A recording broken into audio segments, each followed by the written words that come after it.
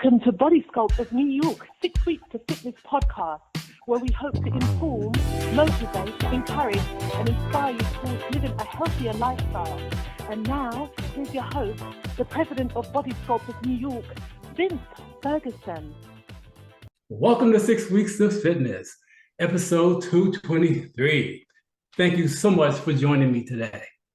Tricia Nelson has been featured on NBC, CBS, KTLA, Fox, and Discovery Health.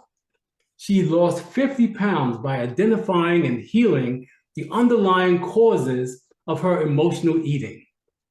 Trisha is an emotional eating expert. That's right. And a TEDx speaker whose talk has garnered over 2 million views on YouTube. And I'm proud to say I'm one of those 2 million that watched her as well. She's the author of #1 best-selling book, Heal Your Hunger, 7 Simple Steps to End Emotional Eating Now. She's the host of the popular podcast, The Heal Your Hunger Show, and has spent over 30 years researching the hidden causes of addictive personality. So let's welcome Tricia Nelson to my 6 Weeks of Fitness podcast. Tricia, how are you? Thanks, Vincent. I'm doing great. Thanks for having me to your show. Oh, I can't tell you how much I'm looking forward to this, and I thank you for your time. Yeah. It's very valuable, and I really appreciate it. Now, I read somewhere that 75% of our eating is emotionally driven. Isn't that crazy? Yeah, I was certainly in that boat, many years ago, as you mentioned, 50 pounds overweight, because I was an emotional eater. And I think people just aren't aware of how much their food choices, when we reach for snacky foods, high carb foods, foods that feel comforting to us, we don't realize that it's an emotional choice. And so I do appreciate you having me on here, because emotional eating is something that does fly under the radar so much of the time. We're so focused on diets and exercise and, ketones and the different, whatever, fasting, whatever. And we forget that if we just address the emotional connection we have with food and heal that, and find new ways to get our emotional needs met, so much of our eating, which leads to, overeating, which leads to unhealthy choices and unhealthy weights, so much of that can be literally wiped off the table, and we can be in a better place without ever having to diet. Oh, well, without having to diet. Now, that's amazing, Trish. It really is. But your personal journey is so inspiring, though. Okay, so what led you? Well, how did you find out that you were an emotional eater, and what led you to start your program? Great question. I way back when I was in high school, I had a sister who was an emotional eater. She struggled with her weight like I did. And she came home one day, I mean, this is literally back in the 80s, but she came home one day and said, I'm an emotional eater. Like, she discovered she was an emotional eater.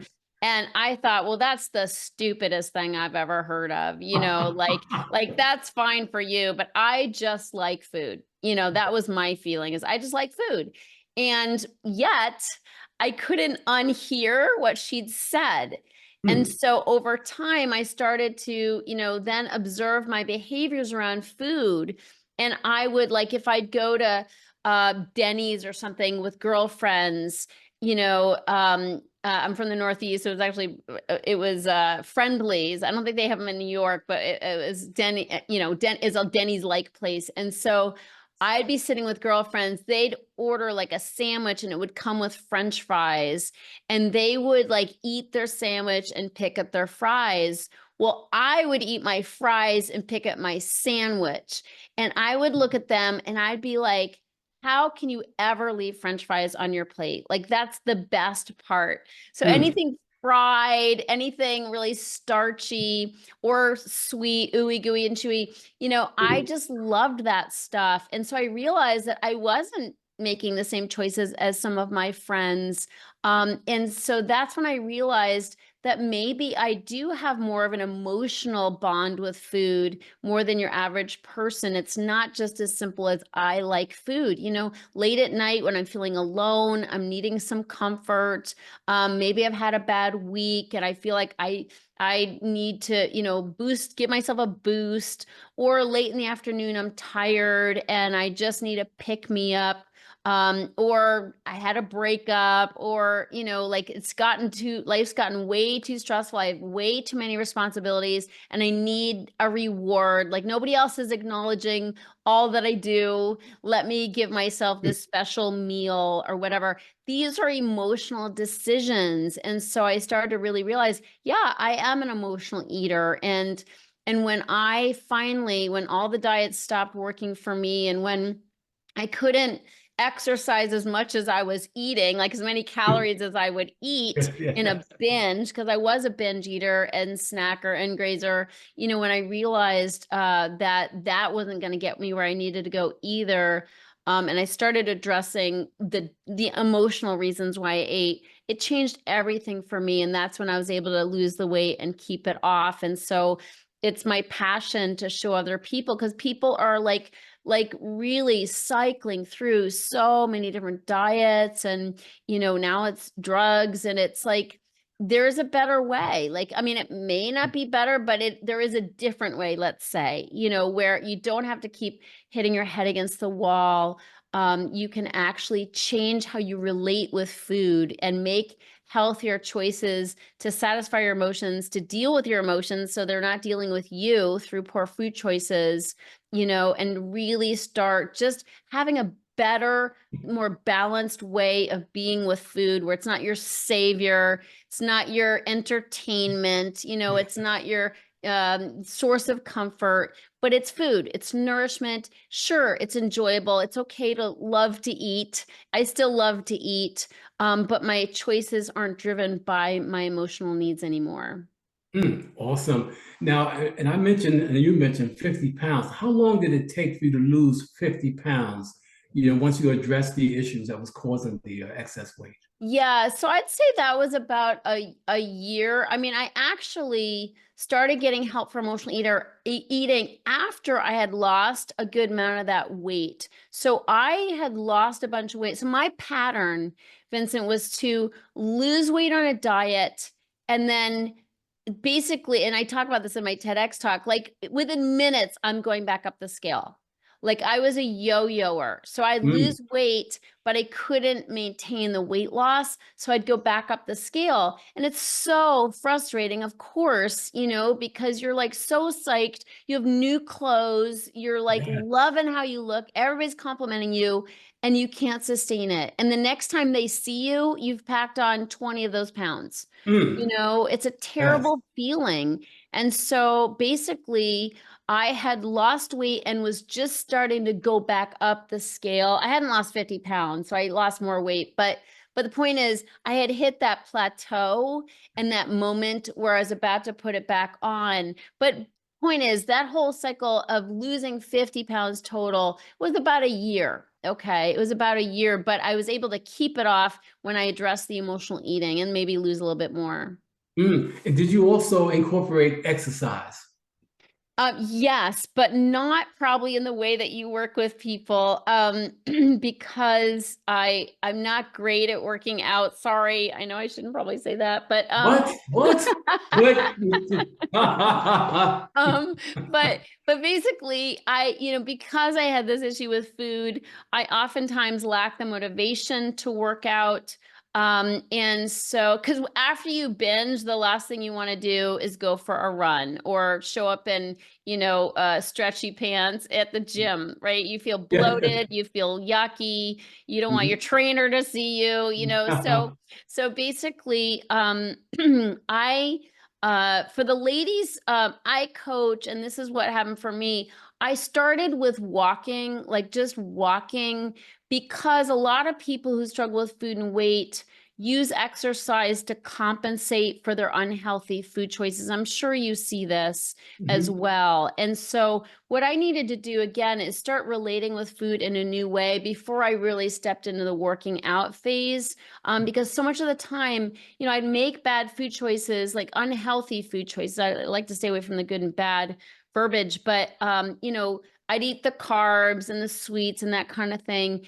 And I was a binger. Not all emotional eaters are binge eaters. I was like, I could sit down and start eating ice cream and then finish off the whole pint of ice cream. And then you have to have salty with your sweet. So I have to go for the chips, and Yes. so basically, I would so often use exercise to beat myself up, to be like, oh, you bad girl, you ate it again, you blew it again. I'm going to go jog and, kill myself with exercise. So I try to, what worked for me and what I try to help people do is just take a moment to call a truce, with beating yourself up, using exercise as a self kind of flagellation thing. And if you're not binging, obviously it helps because then you're not feeling like you have to compensate with exercise, but develop a new relationship with exercise where exercise is for self-care. And that's why I started with walking, because it's like just walking, connecting with nature, like stress relief walking's so good for stress relief. I like to pray when I walk. I call it my walk pray, Nice. so I connect with spirit when I walk and just sort of, I literally talk out loud to God when I walk. It's just, there's a rhythm to it. There's sort of a nice connection moment. So walking was how I started. And then from there, now I exercise on a regular basis, but it's sort of like I had to call a truce first before I pivoted and exercise became, something for self-care instead of for compensation for overeating.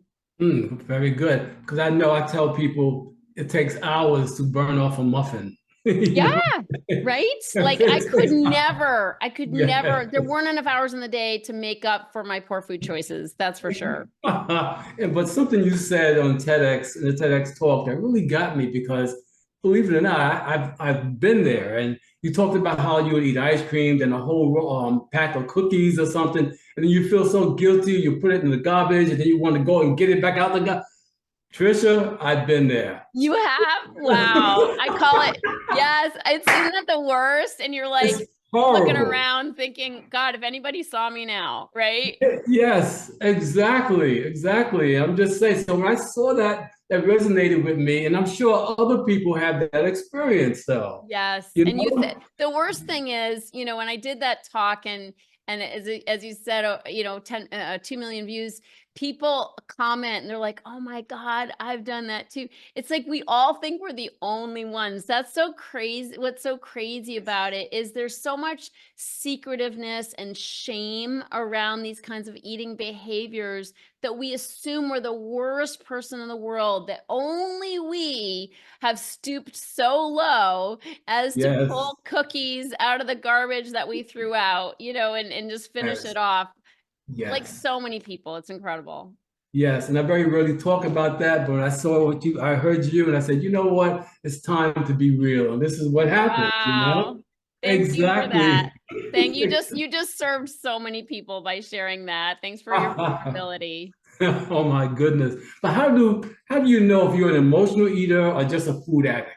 How can you determine? I actually have a quiz on my website at healyourhunger.com. And the quiz actually, when you take that quiz, it's like a 2-minute, free quiz. But when you take that, there's a bunch of questions that helps determine where you are on what I really consider to be a spectrum of emotional eating. Like, I feel like we're all emotional eaters, that like God sort of designed us to have an emotional connection with food because we have to eat. Like we can't just blow Have it to off, eat. right? So we have to get some enjoyment from it. So we'll be interested in doing it. So there's some emotional aspect to it, but that's a far cry from somebody who's buying, a bag of chips and a pint of ice cream and a whole, package of cookies and eating it in one sitting, which is what I did. So basically, you have to determine where you are on the spectrum. On the low end of the spectrum is just kind of common garden variety. You go overboard once in a while, like you go overboard once in a while, or sometimes you just want to check out and you've got some like yummy munchy foods in front of the TV. And then there's some people who go much further with it, where they do binge on a regular basis, or if they're not bingers, and they don't have to be, or they just eat large quantities, like they're typically stuffed at the end of a meal, like they just have to unbutton their pants, they feel full, it's not a good feeling, or somebody who also just makes really, they make choices that are more on the carb rich side, the high fat, high carb, high sugar content.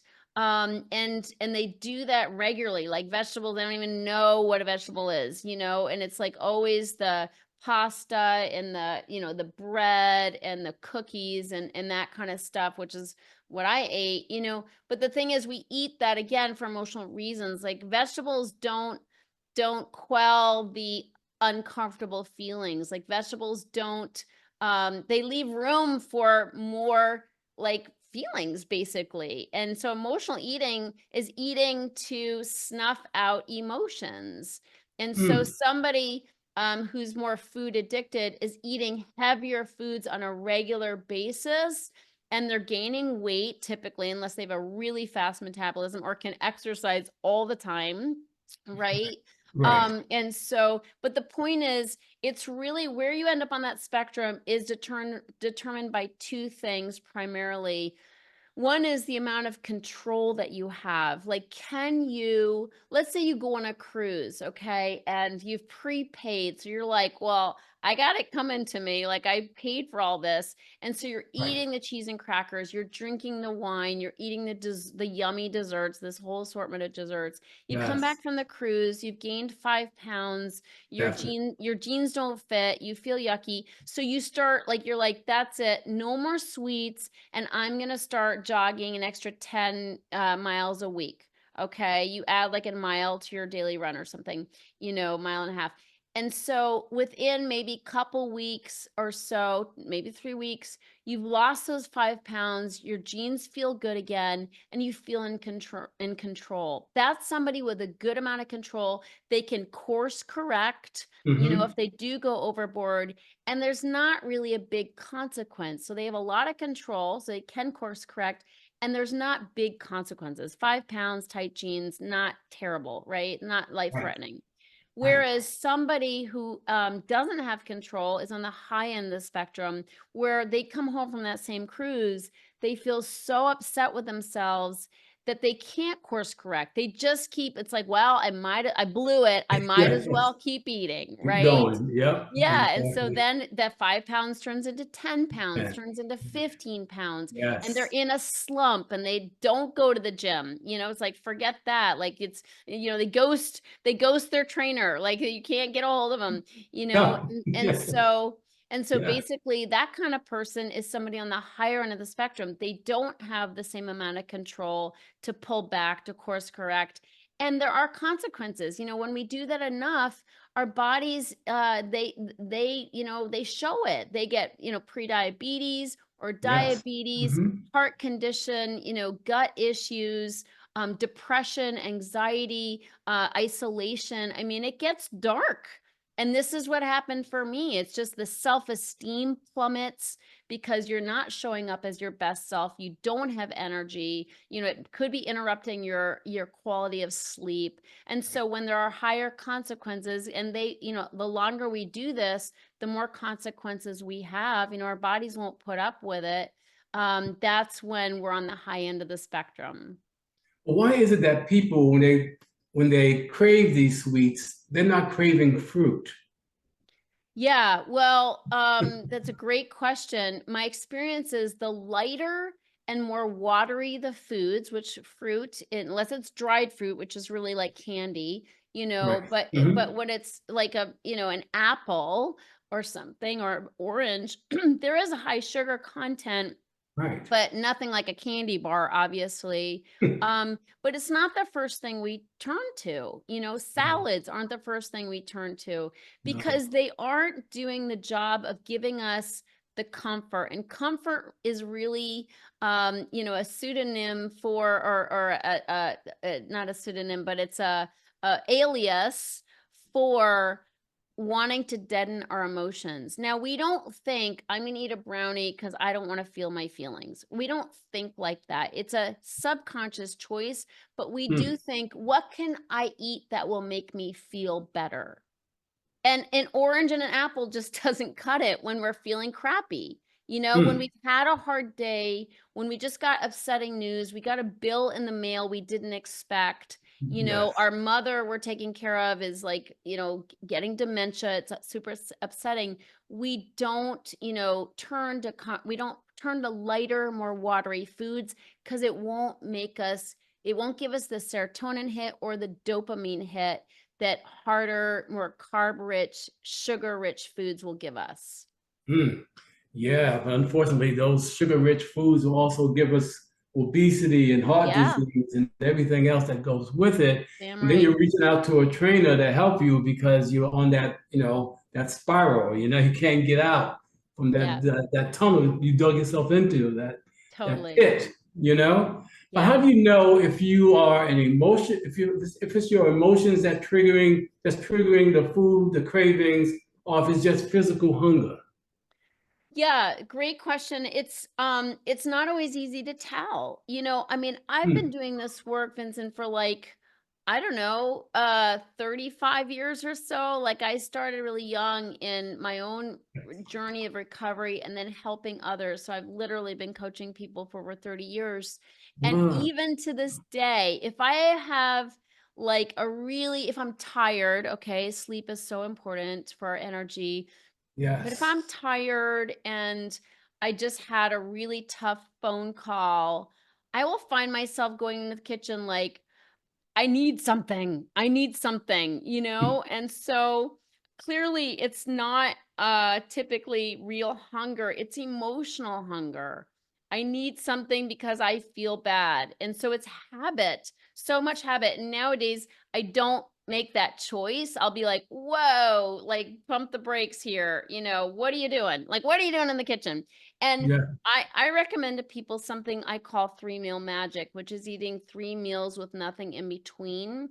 This is really, excuse me, a very sane way to eat if you have struggles with food and weight, like chronic struggles with food and weight. We are so used to trying out all these different diets, intermittent fasting, which on paper isn't bad, but if you're an emotional eater, it can really mess with you to go that long without, like, 14 hours without eating, and you end up binging when you open up your window. And so it's just Hmm. really important, if you do have chronic struggles with food and weight, 3 meals a day with nothing in between is just, it's like we're getting back to basics. We're getting back to a calm, stable, consistent way of eating where your body can take a break from the dieting roller coaster ride, from all the shenanigans of Hmm. different kinds of diets and diet hacks. And so I find it very stabilizing and also self-caring to, like, say to my little girl who's been on the roller coaster ride with me, for decades of dieting, let's say, and just say, like, you're going to get fed. Like, we're going to have breakfast. It's going to be a healthy breakfast. It's going to have good fats, good protein, right? Slow metabolizing carbs, whatever. It's going to be healthy. I'm going to feed you good food, Hmm. and then in 4 or 5 hours, I'm going to feed you again a really good, healthy lunch. And it's like, we don't know self-care. When we've been dieting for so long, we've totally disregarded, Hmm. respect for our bodies. And we've just sort of put it through the paces of all these crazy different ways of eating. And so I find it to be so loving and self-caring. Now, why am I talking about that with regard to your question? The reason is, if you do eat 3 full, satisfying, nutritious meals a day, then, and you don't eat in between, which gives your body time to digest, Right. which I find for the health people that I talk to these days, health gurus and influencers, that's kind of the going wisdom now. It used to be 6 small meals a day or whatever, but now it's like Yes. the 3 stable meals and not snacking in between. Give your body time to digest. Well, what Mm. you're also doing is you're giving yourself space between meals to start getting acquaintance with what feelings even are. Wow. And so when we're like on the go constantly, living on stress, adrenaline, busy, doing, and overeaters are overdoers, by the way. It like goes with the territory. Is like we max Mm. out our schedule. But the point is, when we leave space in between our meals, we start getting acquainted with the feeling of irritation or feeling sad or upset or angry. It's like we don't even know what these feelings are because we're always on the go and always stuffing them with food. Well, if I do get off of a upsetting phone call and it's 10 a.m. and I had breakfast at 7:30 a.m., I can have an adult conversation with my emotionally hungry self and Mm. say, "Girl, it's 10:30. Like you had a good breakfast. You're gonna get fed at 12, or 11:30, whatever. And I've got you. You're gonna be okay. You're just having feelings." Mm. Wow. And that's a conversation we need to start having. Like we don't even think of it. And this is why I'm so grateful to be here talking to you about that. It doesn't even occur to us to have that conversation. Like, am I emotionally hungry or Mm. physically hungry? If I am eating on a regular basis, right? If I am feeding myself well and on a consistent basis, 3 meals a day, I can talk to that little girl hungry self and say, "You're really not physically hungry. Let's be clear. You might be getting hungrier, we're getting closer to lunchtime, but you're not starving as you think you are." Because I'll literally say to myself, "I'm starving." I'm so dramatic. "I'm starving," but I'm not. I'm really not. Yes. And so we Yes. kind of have to talk to that emotionally hungry self sometimes. Oh, most definitely. But I understand exactly what you're saying because I do intermittent fasting. So I know what Okay. you're saying. So I know that sometimes you feel like you're hungry, but you're really not. And if you feel you're hungry, your body is going to basically, the body knows where to get the food. Yeah. Okay. You have Yeah, enough you'll stored you'll find fat that food. on your body. You know what I'm saying? Yeah. So I agree with you 100%. But what do you do? Because temptation is strong. If you're going to the average grocery store, you can't check out until you see all the sweets and all the other goodies on the checkout line. How do you find the strength to Yeah. deal with Yeah, well, and I will say you can still I still like to have 12 hours between my dinner and my breakfast. I try to do like a shorter window so it? I can Mhm. still do the 3 meals thing because I like Yes. the idea of, having that intermittent fasting effect. I just don't want to go too far. Emotional eaters have kind of an alarm system inside where if you do go too long, you can get that sense that you're just dying. Like I'm dying, I'm so hungry, which of course is Yes. not true. But Yes. it just helps kind of quiet that alarm system or turn it off.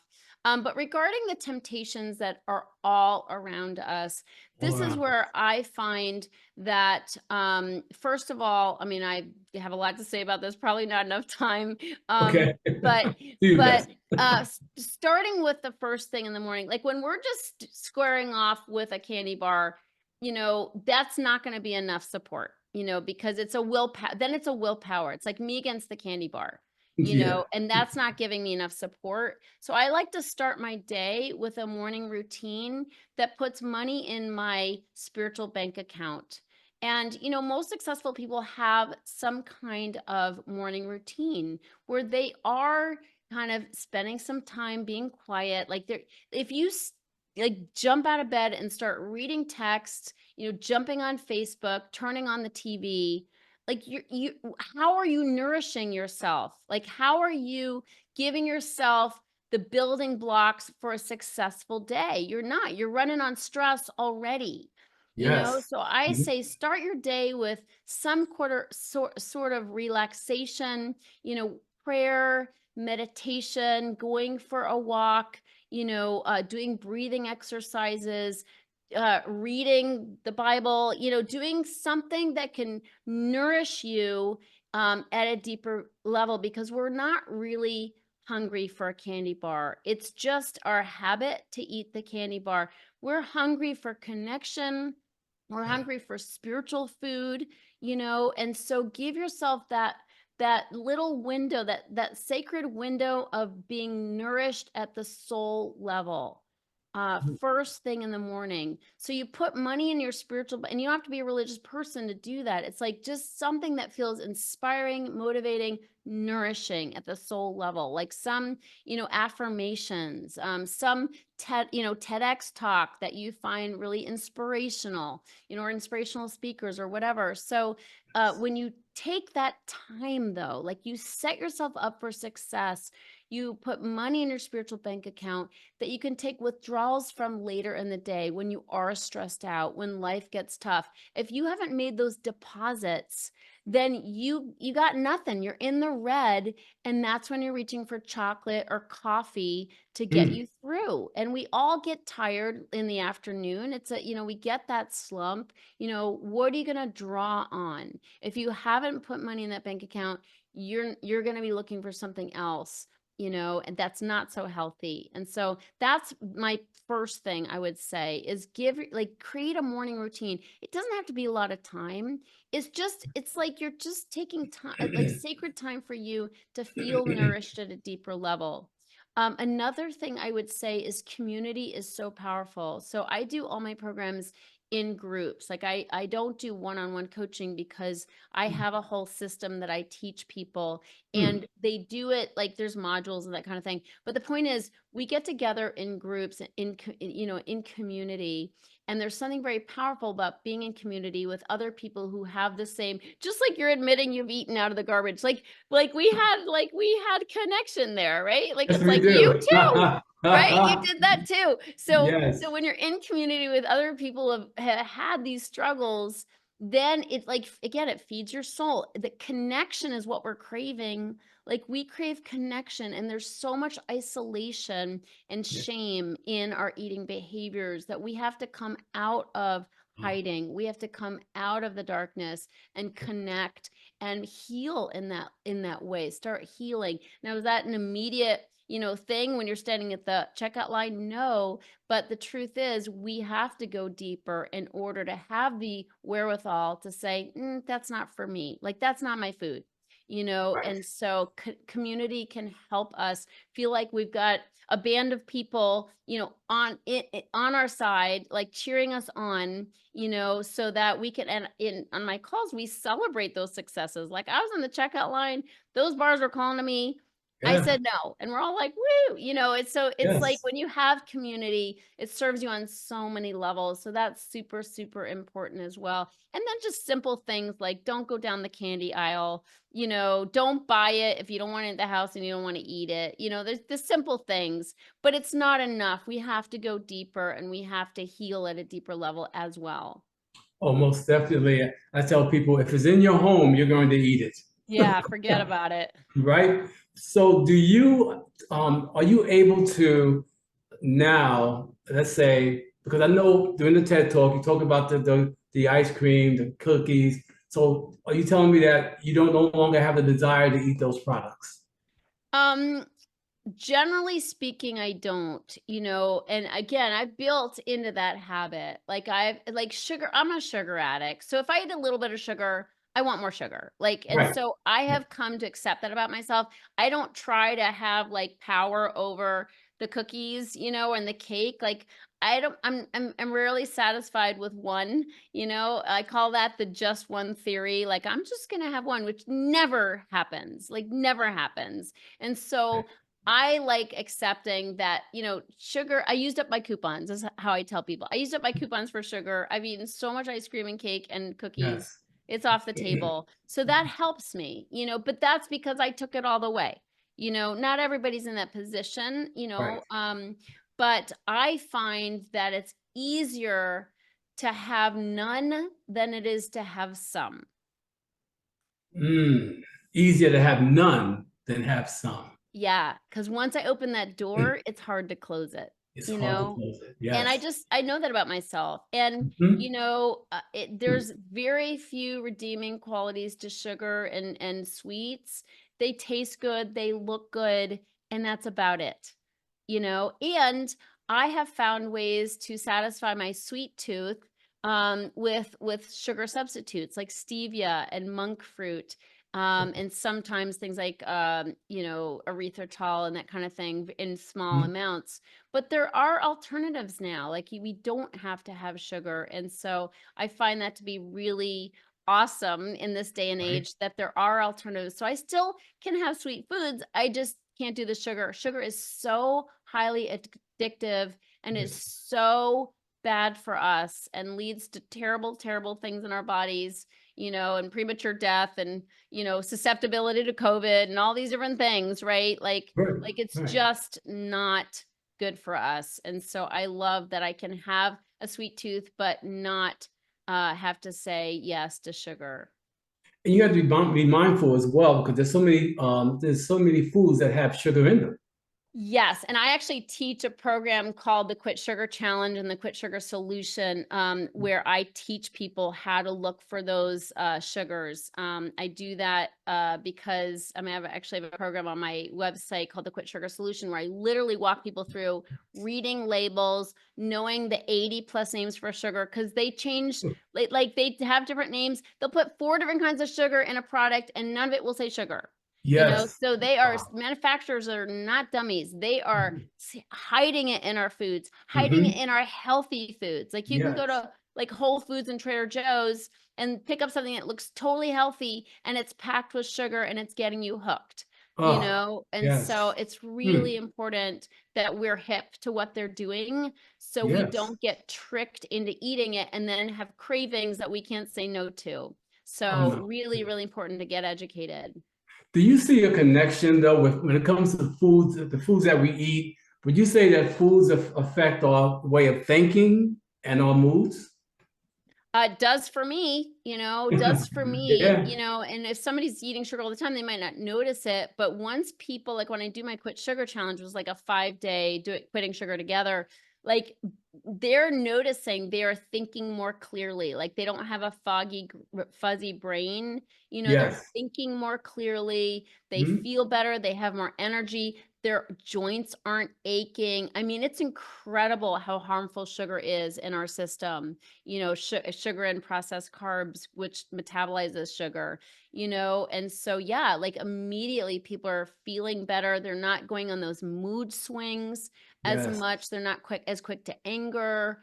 Mm. It's really incredible. And now you might feel a little bitchy when you're coming off of sugar, and Yes. that's why Yeah. we do it in community. It's like some people are like, I feel crappy. It's like, well, you're detoxing. Okay. Give yourself a Yeah. break. Drink lots Yeah. of water, come back, let us be sweet to you, and you'll get through that. And then you're in the clear. It doesn't take long to detox from sugar if you're really coming off of sugar and reading labels and making sure it's not sneaking into your foods.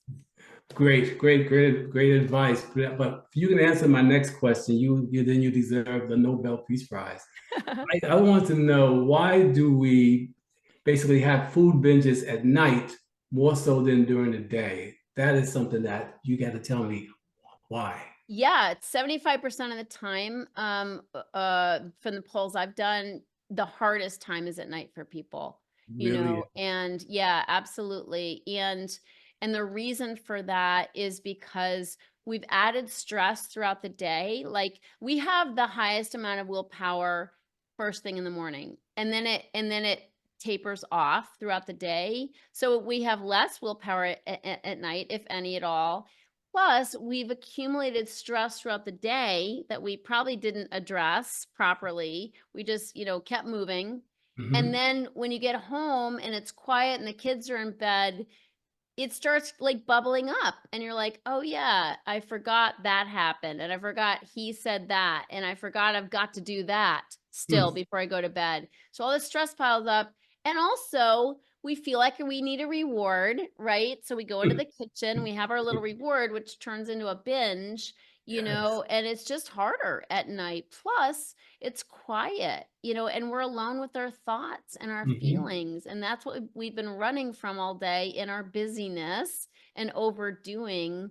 But when it's quiet and everybody's in bed, we start to have uncomfortable feelings, and we go and we have a snack, which turns into another, one bowl of cereal, which turns into 2 bowls of cereal, and so forth. Mm. And it just continues over Yeah, and it's over. tough. And it's It is. also, then it leads to staying up too late because, of course, you Yes. want to eat in front of the TV, and then you're Right. binge watching shows, and before you Yes. know it, you're going to bed at midnight instead of 10, and then Ex- you're tired the next day, and then you start it all over again. Right. Because the food hasn't digested properly. Yeah. Right? So you have more, gas and everything else, that Yeah. bloating, the stomach. Yeah. Yeah. Oh, downward spiral. Now, in your book, Heal Your Hunger, you outline 7 simple steps to end emotional eating. Now, you may have given me a couple already, but can you just give me those 7 steps again for my listeners and viewers? Sure. So I'll give them to you. So they're in different orders. Like in my book, one of them is connection and community. They all start with C. So connection and community is one of Yeah. them.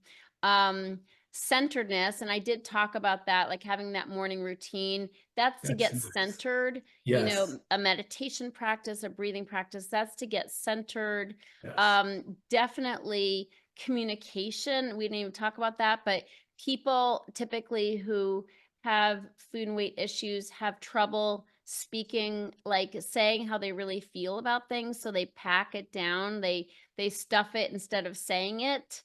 And so Yes. communication is one, like learning to express yourself, instead of stuffing what you want to say. That's really important. Clean eating, like finding what, and my clean eating plan is 3-meal magic, which I said 3 meals with nothing in between. And Right. people need to find what works for them. I'm not one to prescribe a specific diet because we all have different nutritional needs. But definitely cleaning up your eating and just eating on a schedule so that you're not snacking all day long, so you can start to get acquainted with your emotions, is super important. Consciousness, like just getting more conscious of what's going on inside of you. Now, listening to your body, finding out what works food wise. Like, does that particular item feel good in my body? Like, how does it, like, when you start cleaning up your diet, you start being sensitive to what works and what doesn't work. Whereas before, we're just a human garbage can and we have no idea, right? Right. And so Right. also getting conscious of our thoughts and feelings, realizing when we're feeling irritated about something, or when something somebody said hurt our feelings. Like just getting more aware and conscious is so, so important. Hmm. Courage is one of them. Having courage to do Courage. any of the things we're talking about. It takes courage to make these kinds of changes, Yes, it in our does. life, for Yeah. sure. Trying to think, there's others. I'm probably missing some. Another one is causes, looking at underlying causes, Mhm. and that's a deeper conversation as well. But yeah, these are the things. I think I might have given you 6 and I'm missing one. So It's still very good. And I would imagine that stress is a major cause of this emotional. no question. And the thing is, we create a lot of our own stress, which Mm, is actually good news because that means we can stop creating it. right.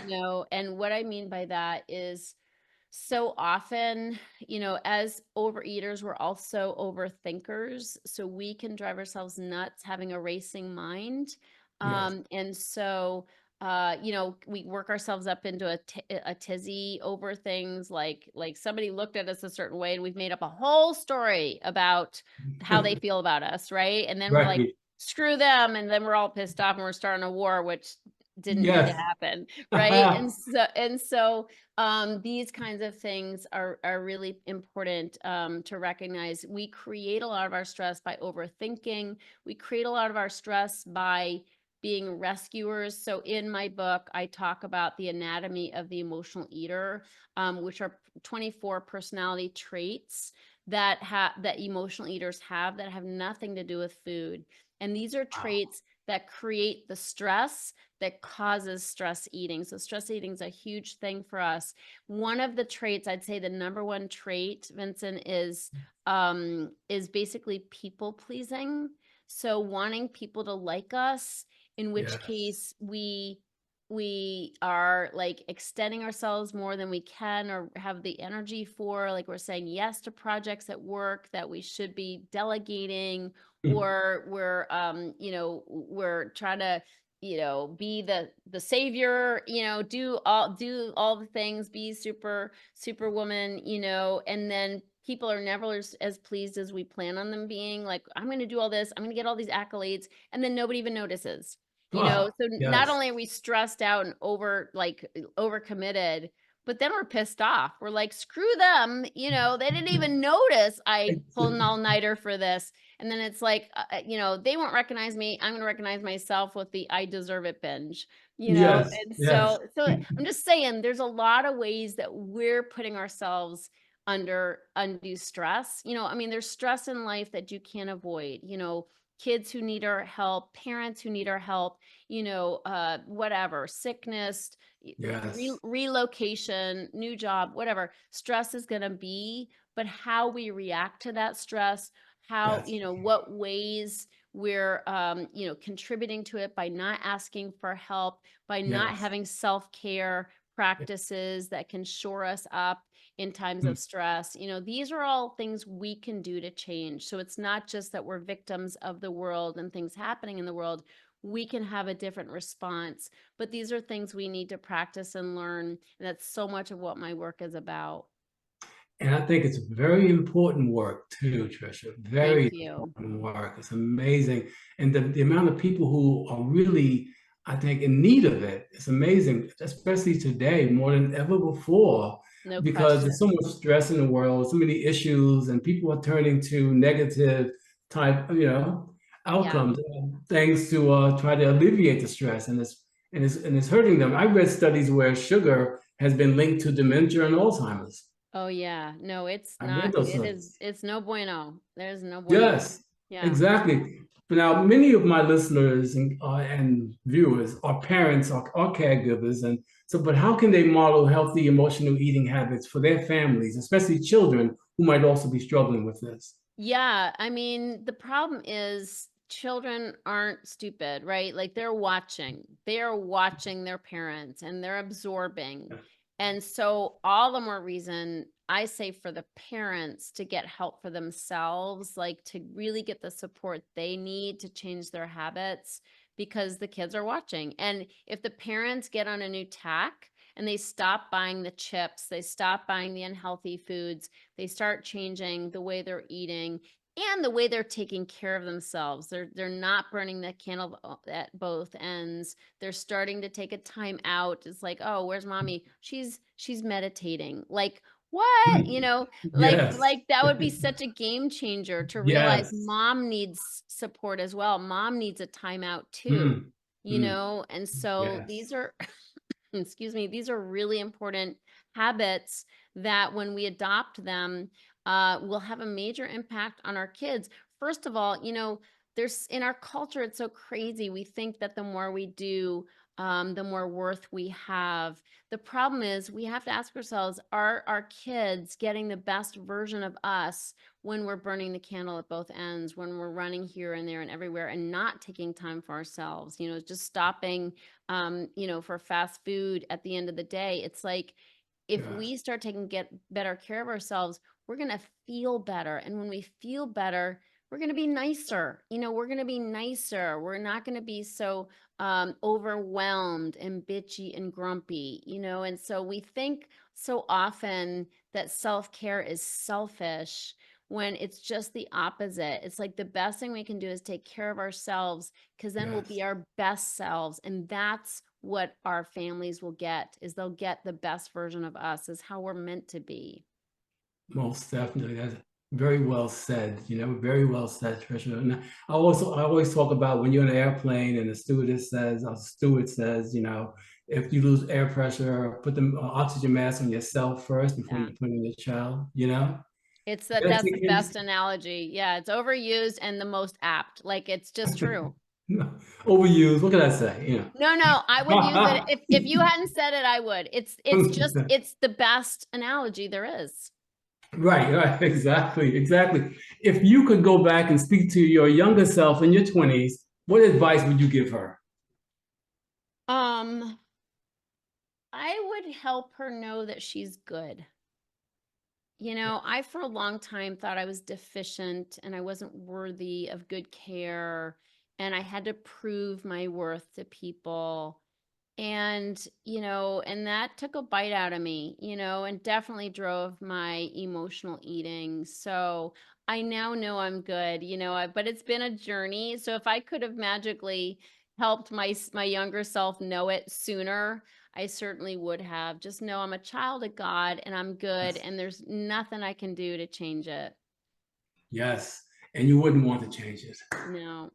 You know what I mean? Yeah. Awesome. Tricia, how can my listeners and viewers find out more about you and follow you? You bet. Again, thanks for having me. I would recommend they go to my website, which is healyourhunger.com, HEAL. And there's a link to my podcast on there. There's a link to my book on there. There's a link to my Quit Sugar Solution program, and other things, my TED Talk, everything is basically there. I'm also on Instagram at Tricia Nelson _ as well. And I just would love to connect with anybody who, for whom this conversation is really hitting home. Let's Yes. have a conversation. Yes, it hit home for me. Let me tell you that much. Really. Thank you. It is great. And to my listeners, I truly hope this program was informative, encouraging, and inspiring, and that you will continue tuning in to our 6 Weeks of Fitness podcast. And if you have any comments, questions, or suggestions for the show, please leave them in the comment section below. And don't forget to subscribe so you don't miss any future episodes. And remember, we don't stop exercising because we grow old. We grow old because we stop exercising. And we stop eating healthy, right, Trish? You bet. Thank you so much.